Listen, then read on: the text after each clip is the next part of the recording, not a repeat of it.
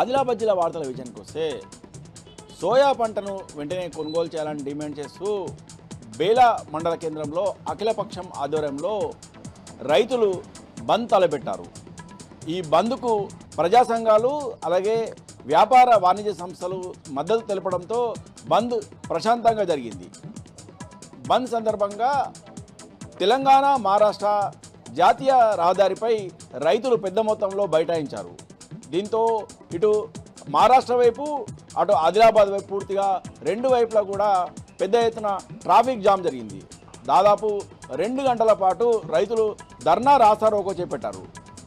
ఈ సందర్భంగా అఖిలపక్షం నాయకులు మాట్లాడుతూ గత నెల రోజులుగా కూడా రైతులు సోయా పంటను అమ్ముకునేందుకు పడరాని పాటలు పడుతున్నారని చలిని సైతం లెక్క చేయకుండా రాత్రనక పగలనక మార్కెట్ యార్డ్లోనే పడిగాపులు కాస్తున్న ప్రభుత్వం మాత్రం ఏమాత్రం పట్టించుకోవడం లేదని, ఇప్పటికే కొనుగోలు చేసిన సోయా పంటను సైతం నాణ్యత పేరిట తిప్పి పంపడం పట్ల కూడా రైతులు ఆగ్రహం వ్యక్తం చేశారు.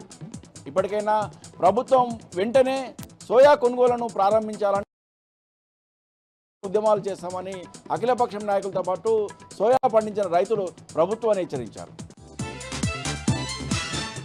ఇక మరో వార్తా విషయానికి వస్తే ఇచ్చోడ మండల కేంద్రంలో రైతులు జాతీయ రహదారిపై మొక్కజొన్నతో పాటు సోయా పంటను వెంటనే కొనుగోలు చేయాలని డిమాండ్ చేస్తూ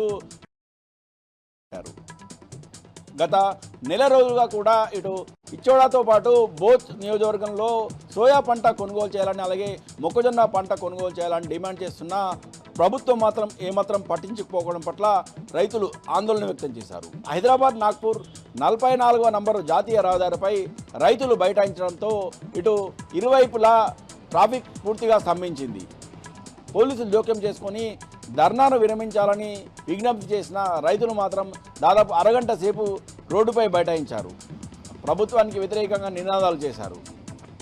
గత నెల రోజులుగా కూడా కొనుగోలు చేయాలని డిమాండ్ చేస్తున్న ప్రభుత్వం ఏమాత్రం పట్టించుకోవడం లేదని, అలాగే ఇటు మొక్కజొన్న కూడా పెద్ద మొత్తంలో పండించిన తమకు మొక్కజొన్న కొనుగోలు కేంద్రం ఏర్పాటు చేసినప్పుడు కూడా మొక్కజొన్న కొనుగోలు చేయకుండా అర్ధాంతరంగా కొనుగోలు నిలిపివేయడం పట్ల రైతులు ఆందోళన వ్యక్తం చేశారు.